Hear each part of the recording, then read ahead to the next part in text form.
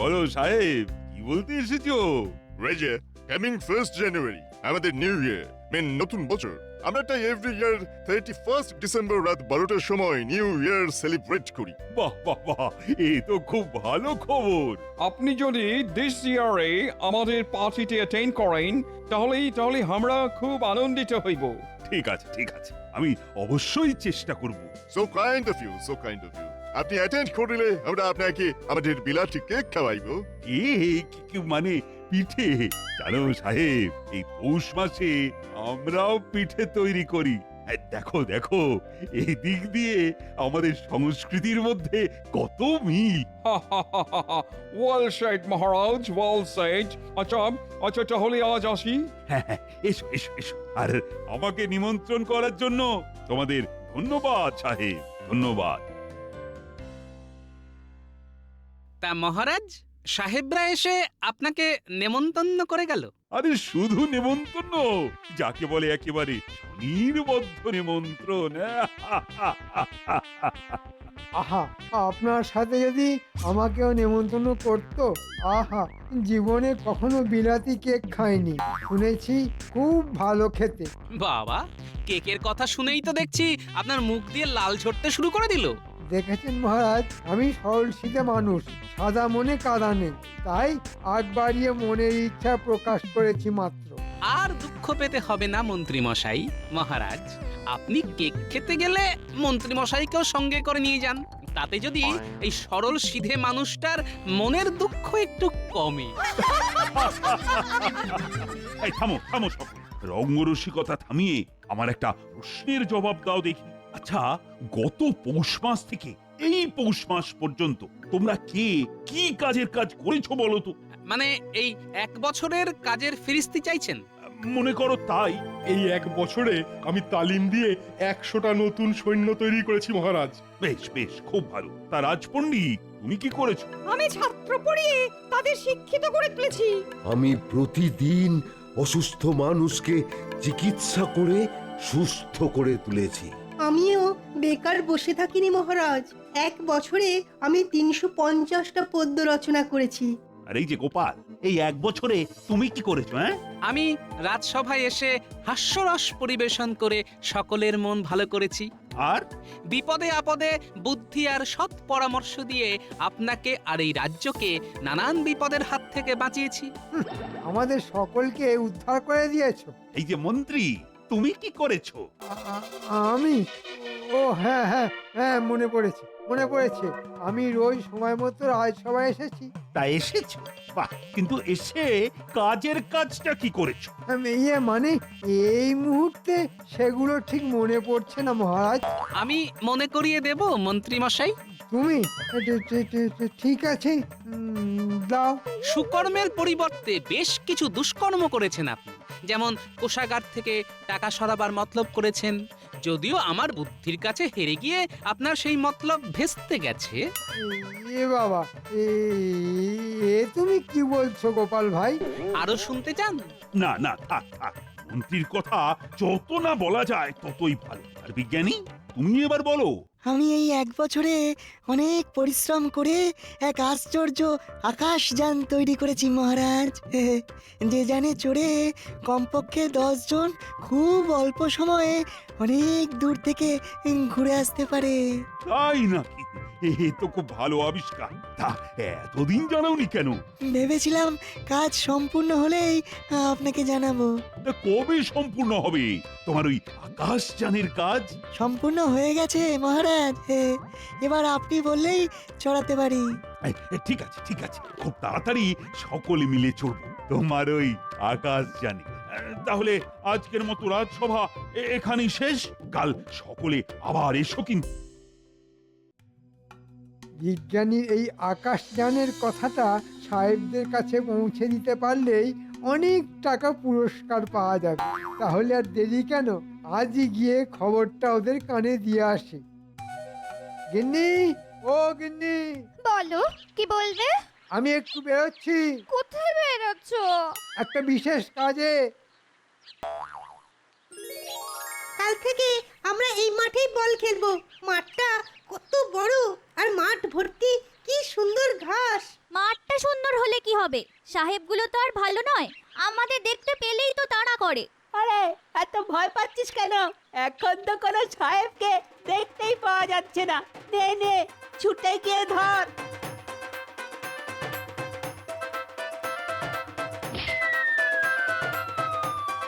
ক্যাবলার দল, বলটা ধরতে পারলি না? কিন্তু এখন কি হবে? বলটা যে সাহেবদের কুঠিতে ঢুকে গেল। চল তাহলে ভেতরে গিয়ে খুঁজে নিয়ে আসি। সাহেবরা যদি ধরে ফেলে? আরে পা টিপে টিপে যাব, আর বিপদ বুঝলেই মার মতো।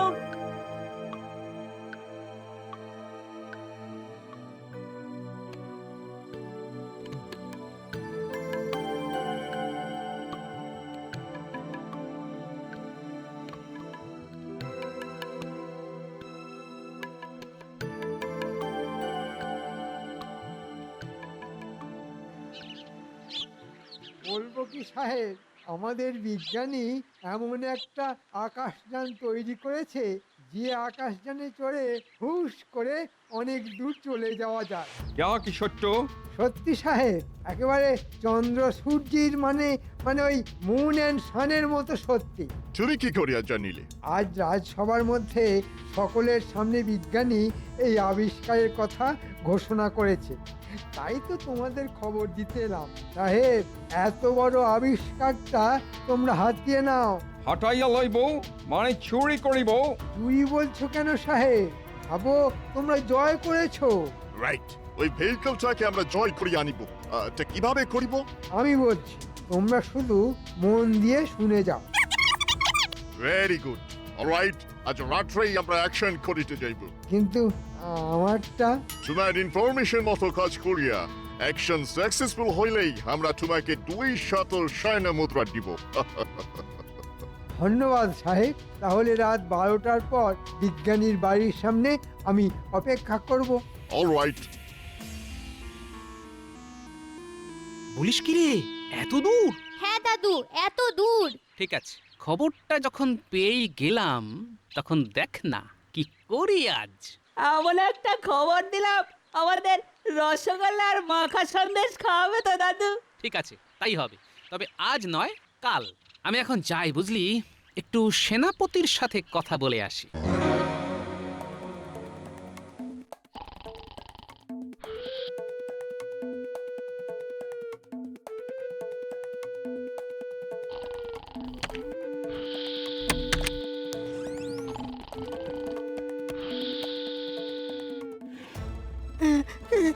কে কে কে তোমরা? কি চাই? কুইক! পোড়া কপাল, এখানেও সেই গোপাল। আমি বাবা পালাই।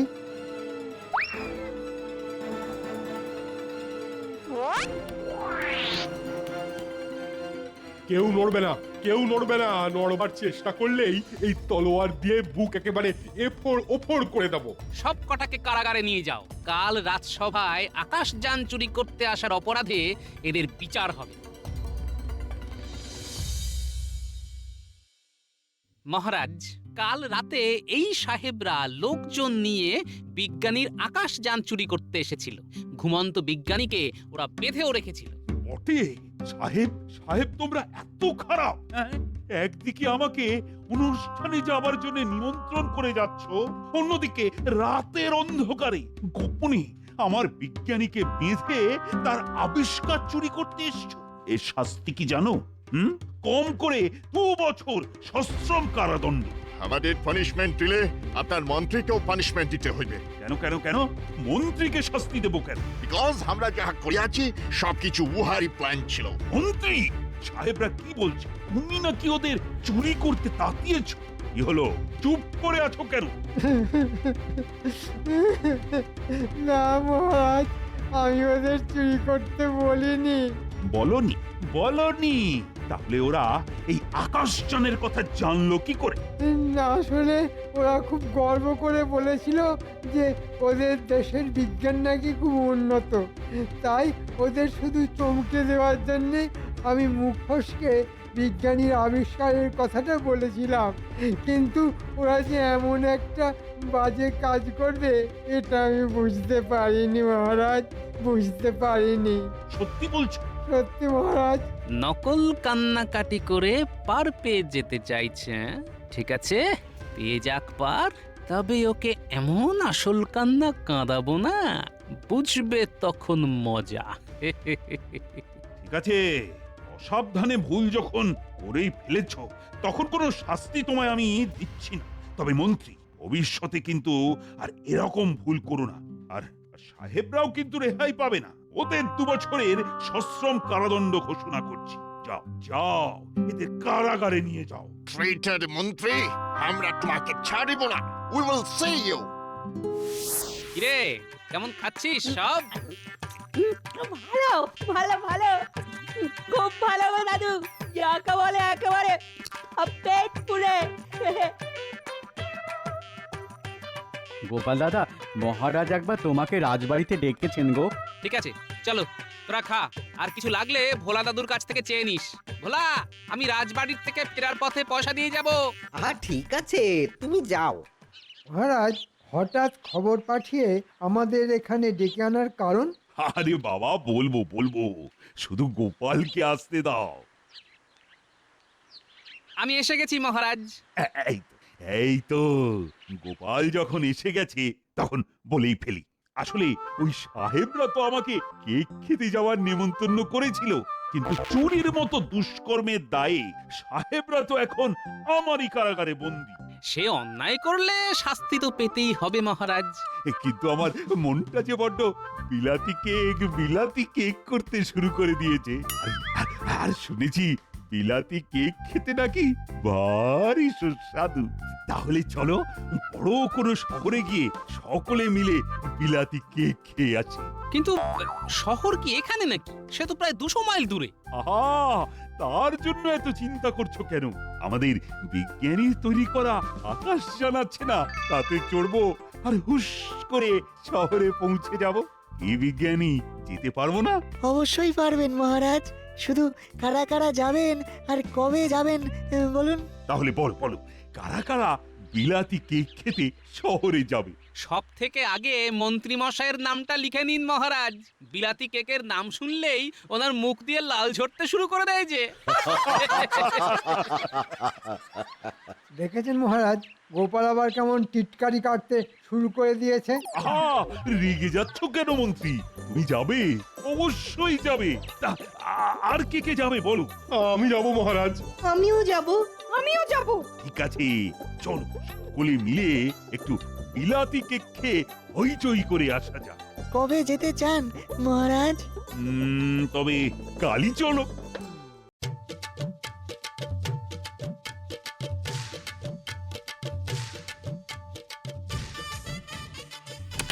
সকলে নিজের আসনে বসুন, আর যান শুরুর মুহূর্তে একটু ঝাঁকুনি লাগবে, তাই আসনের হাতলটাকে শক্ত করে চেপে ধরে থাকবেন। এই বিজ্ঞানী যা বললো সকলে কিন্তু তাই করো। বাপরে, কি আওয়াজ! হ্যাঁ, প্রথমটা হবে, তারপর আস্তে আস্তে কমে যাবে। হ্যাঁ,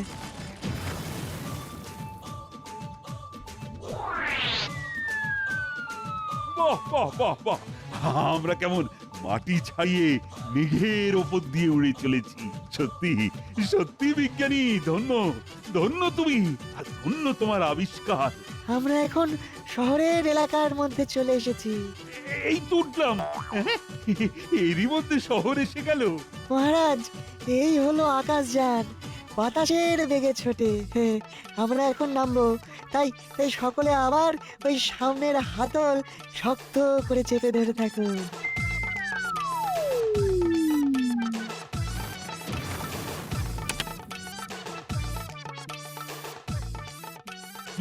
সকলে এবার এক এক করে বেরিয়ে আসুন, আসুন আসুন।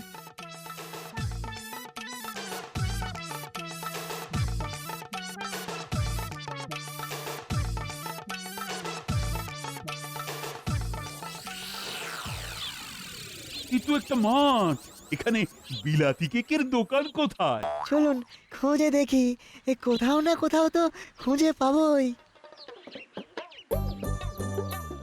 ওই দেখুন মহারাজ, বিলাতি কেকের দোকান। বাবা বাবা, খুব ভালো খুব ভালো, কত সহজে পেয়ে গেলাম। এই চলো চলো চলো তাহলে কেক খেয়ে আসা যাক। ওহে দোকানদার, তোমার দোকানের সব থেকে ভালো কেক আমাদের প্রত্যেককে 4টে করে দাও দেখি। এক্ষুনি দিচ্ছি বাবু।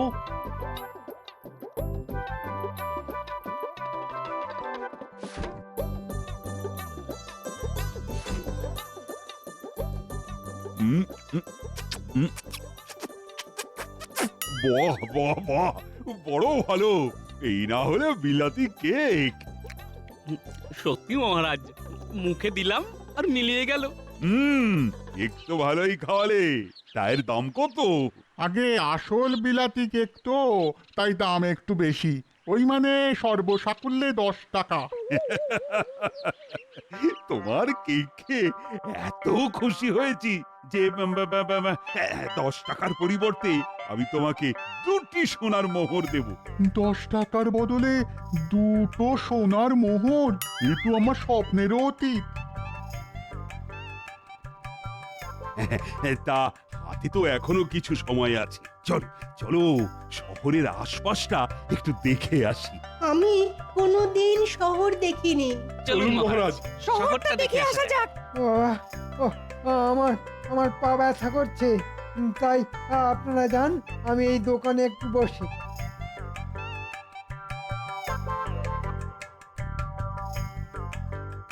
এখানে এসেও মন্ত্রী আবার কোনো বদমতলব আঁটতে শুরু করে দিল না তো? একবার দেখে আসি।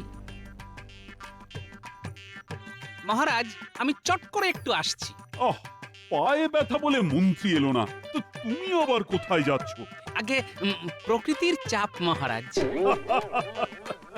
যাও, তবে আমরা কিন্তু এখানে আর আধ ঘন্টা মতন থাকবো। সময় মতো আকাশ টানে চলে এসো। ঠিক আছে মহারাজ। শোনো, আমাদের মহারাজ তোমাকে 2টি সোনার মোহর দিয়ে গেছেন। একটা তুমি রাখবে, অন্য মোহরটার বদলে যতগুলো বিলাতি কেক হবে সবগুলো একটা বাক্সে ভরে এক্ষুনি আমাদের আকাশটানে পাঠিয়ে দেবে। কিন্তু আপনাদের মহারাজ তো এসব কিছু বলে গেলে না। মহারাজ ব্যস্ত মানুষ, তাই হয়তো বলতে ভুলে গেছেন। আমি তার মন্ত্রী, তাই আমি যেরকম বলছি সেই রকমই করতে হবে তোমার। আমি এখন চললাম, তাড়াতাড়ি পাঠিয়ে দাও। ঠিক আছে, পাঠিয়ে দিচ্ছি। রাজাটা ভালো, কিন্তু মন্ত্রীটা দেখছি খুবই কঞ্জুস। আপনি আবার ফিরে এলেন যে, কিছু বলবেন?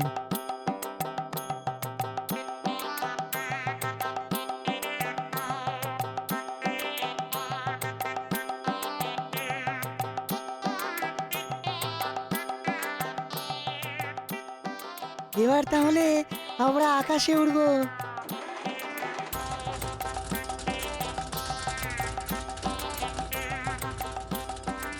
দাঁড়ান দাঁড়ান দাঁড়ান, এই এই এই বাক্সটা রাখুন। কি আছে এই বাক্সে? আগে নিজের গ্যাঁটের করি খরচ করে কেক কিনেছি, একেই বলে বুদ্ধির জোরে করে খাওয়ায়।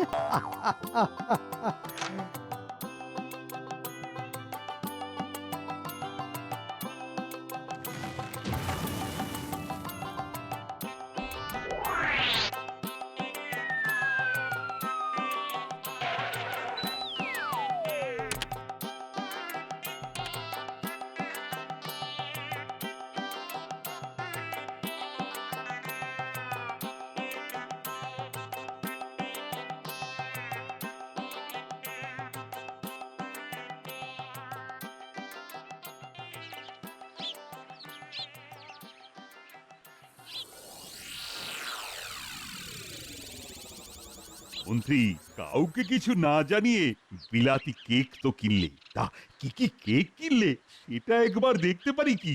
কেন পারবেন না মহারাজ? এই দেখুন। কি মন্ত্রী, এ তো ছোট ছোট পাটকেল আর বাতিল কাগজে ভর্তি।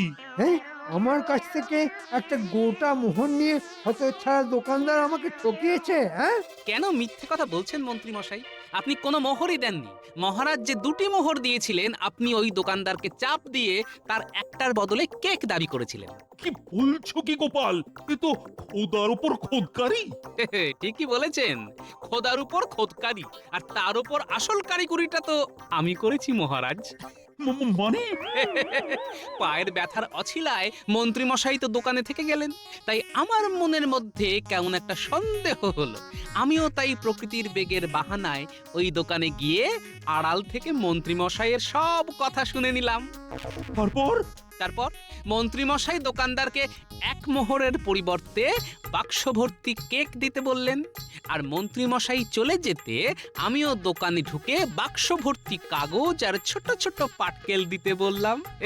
গোপাল, কোন রকম গলাবাজি করবে না মন্ত্রী। তোমার মতো চোরকে না শিক্ষা দিতে গোপাল একেবারে ঠিক কাজ করেছে।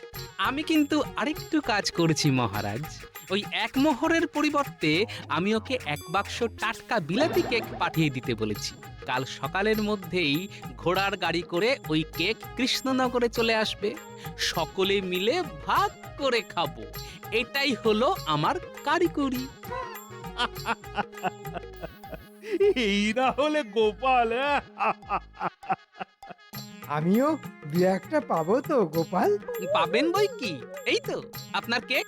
হ্যাঁ হ্যাঁ, এই হলো তোমার কেক। গেঁটের কড়ি খরচ করে যখন কিনেছো, তখন সবটাই খেতে হবে তোমায়। এসব অখাদ্য কুখাদ্য খেলে আমি যে মরে যাব মহারাজ।